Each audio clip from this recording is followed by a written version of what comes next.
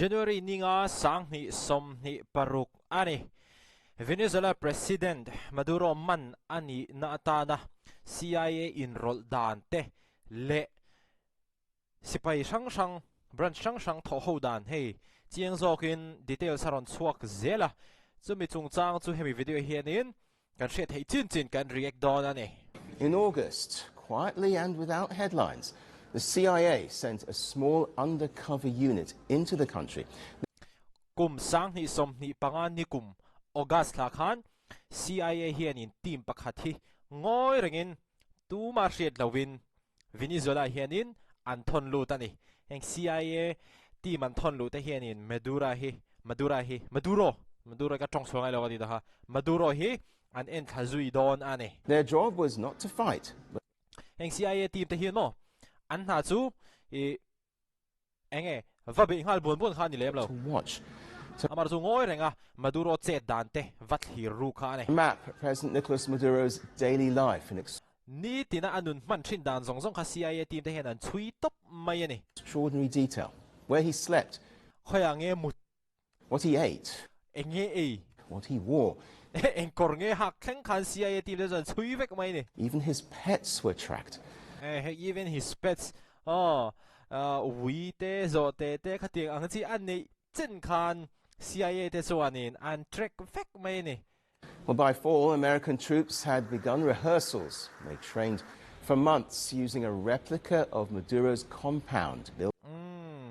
CIA te hianin Maduro compound hi an lo hret ne le to ni omani a compound omdan ang che kha US a han siam chopa khata khanin US special team te chuanin training nei nan khatiang kha an han mangta ani he thila hianin CIA hian poimo khop maya an entha information poimo sensitive tak ang chi engki man la khoma US an thon lu zelani built entirely from intelligence gathered on the ground. Steel doors, safe rooms and escape routes were studied, and even massive blow torches were prepared in case. Steel doors Donald Trump apo khan he soi war khop maya Maduro kha an man don khanin khoya moni mun him jok lama khanin atlan cheman thela enge kongka thirasiam angchi te po kha khang te po kha alo nei vek ni omani khang te kha amang palani chuan khang thir kongka angchi te han ti chiat na tur angchi te po kha US lampang chuan alo in ring lok vek ani an hre chip chiar ne hle ti na ni CIA lampang himo he thil pakhat rap om deu hlek te po ti tai la hetiang hianin USA te hianin CIA an du phot chuan roi tu pai thlang nan hianin an mang thei ti hi tuna chuanin mi zong hriat ani towa chiang le zualin ke mani generation te po hian tiang hianin kan han hre chhota chuania. The metal walls had to be cut open. When inside Washington, a small group within the Trump administration was working in parallel. Meetings were held in private. Kadia CIA team te Venezuela Maduro che dan uluk taka an lo en thak lai khan an mani rol che khanin heta USA chuanin Donald Trump administration a member mitlem te kha an rol khan ti khan an lo thok ho zela meeting poimo tak te po an lo nei zela information ti khan an lo in hlan chong zela ni. And the president was briefed every step of the way. Engemo hlek thleng se or information engemo thar nei hlek se Donald Trump hi CIA te hianin an hril hal zela ni engkim. September marked a turning point. The United States began striking boats that it claimed were carrying drugs. At least September thani me uchuan United States lampang hianin Venezuela atanga long US lampang ron pan damdoi phur anga asoi te kha khang kha US lampang chuanin abei chanta ane 35 vessels were hit across longsom thum panga vel ka chiat ania the Caribbean and Pacific, and 114 people killed. Miza so palivel inunan chan bokani. As the US military presence grew, Maduro changed his behavior. Public Venezuela hianin US sipaite o Venezuela chevela US sipaite anpung tiala Maduro na hriat nu hianin Maduro hi anun dan na thak ngal mak ani. speeches disappeared. Mun walau taka hetianga thua soi thin zong te kha mu tur om to lova. His security tightened. He began Security ati tai tiala sleeping in 6 to 8 different locations to avoid capture. manani lo na turin ariana mun hi ason kwala mun ruk atanga mun riat vela di han ri ana mun na yani khát tiếng các ngày tua thì khanin riêng na mun sang sang anh ấy ta khami zana khanin chu bi muna zo na riak don tí đấy anh tin nghe CIA khanin anh siết thế yang tí kha intelligence kha khơi trong nghe neng cái thế real rem khóc mày. And then in November, Trump called Maduro directly. The message November sa Donald Trump hianin Maduro hi direct in avakola ne was blunt. He warned him to step down now and leave the country. Bangla Venezuela ram khat chua san ro atiani Trump hian Maduro hena. Maduro refused. Maduro na lo du lo. By mid-December, the plan to capture him had a name. It was called Operation Absolute Resolve.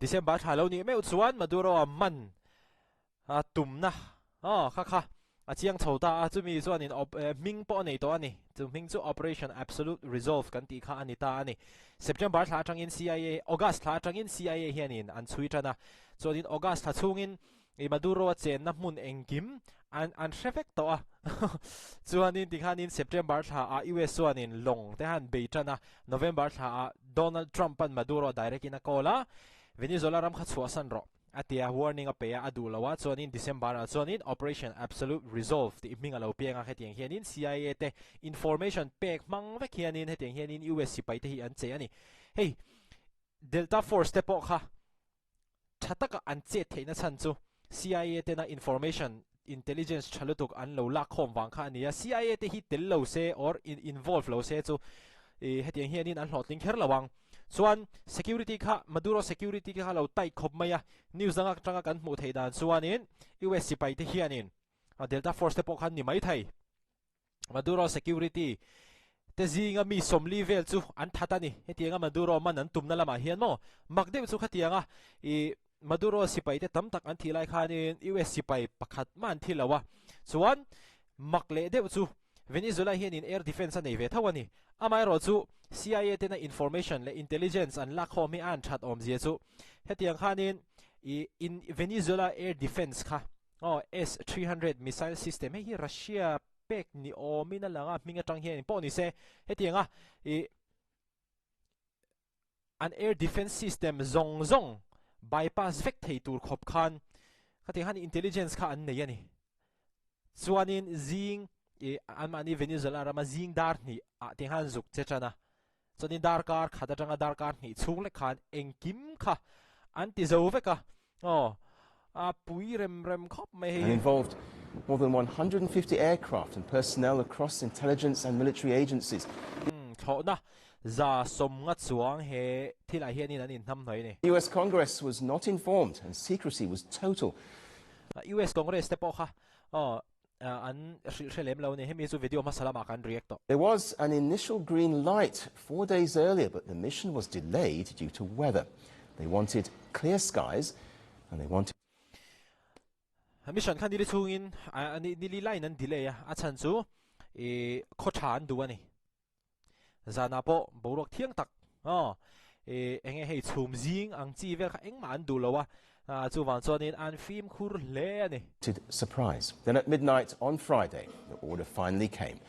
What followed was an assault by air, land and sea lasting 2 hours and 20 minutes. US aircraft struck Venezuelan air defense systems. Cyber warfare operations cleared paths in the sky and on the ground.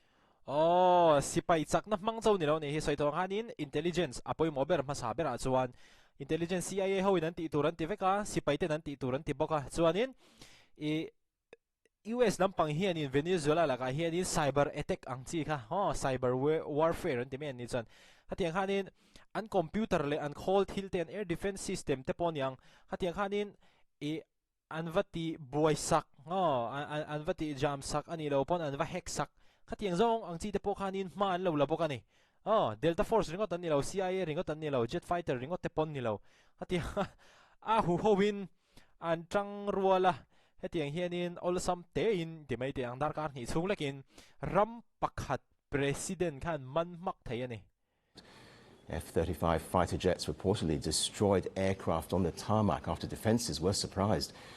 At around F-35 jet fighter US jet fighter te hianin Venezuela jet fighter te chua pon la chua ma hetia lean lo mai lai kha an ti chia ni news hian aron report bok ani. Around 2 a.m. in Caracas, helicopters moved in. Modified Black Hawks and Chinooks flew low. There they Modified Black Hawks. Black Hawk hadin na zonin kan tet lai games kan khelchin Delta Force Black Hawk down ti po kha min ti hret chuak lo mala nga lung len thlang ran khop mai Modified Black Hawks thona helicopter hatiang chi khan thok luta kha ba kha chu chan chin kan traffic to an man dan vel kha chu ado tlan chevena sa khop mai Donald Trump a soidan taka abiruk na tur muna khanin awatheng phana amaro chu kongka kha akhar man lo chia ani atiani Trump a soidan chuan mo khatiang kha ani an man lo teu khop mai amaro chu tiang hanin thata khana an man thei ani Russian thin rim hlea China thin rim hlea Iran te pon thin rim hlea US anti American ho zong chu an thin rim em ani ti chuan heng ani lai hian Russia in Ukraine abele ve mek bok ani tuna hian mo boi nuai khop mai le ati zong han ni le phot mai te se video lai mu le theu do ni